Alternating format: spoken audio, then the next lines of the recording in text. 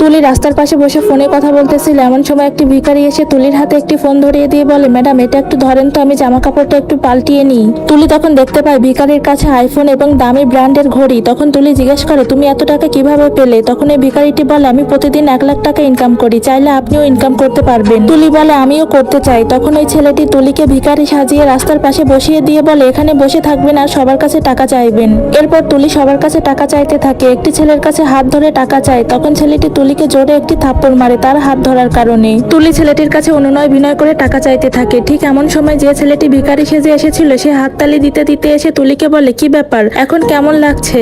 এই তো কিছু সময় আগেই তুমি একটি ভিখারি ছেলেকে এভাবেই থাপ্পড় মেরেছিলে। ছেলেটি তোমার কাছে এসে টাকা চাইতেছিল, ঠিক তখনই তুমি ছেলেটিকে জোরে একটি থাপ্পড় মেরেছিলে। আর সবকিছুই আমরা দূর থেকে দেখেছিলাম। তখনই আমরা 3 বন্ধু প্ল্যান করেছিলাম যাতে তোমাকে একটি উচিত শিক্ষা দিতে পারি। তারপর তুলি তার ভুল বুঝতে পারে এবং ওই ছেলেদের কাছে ক্ষমা চায়।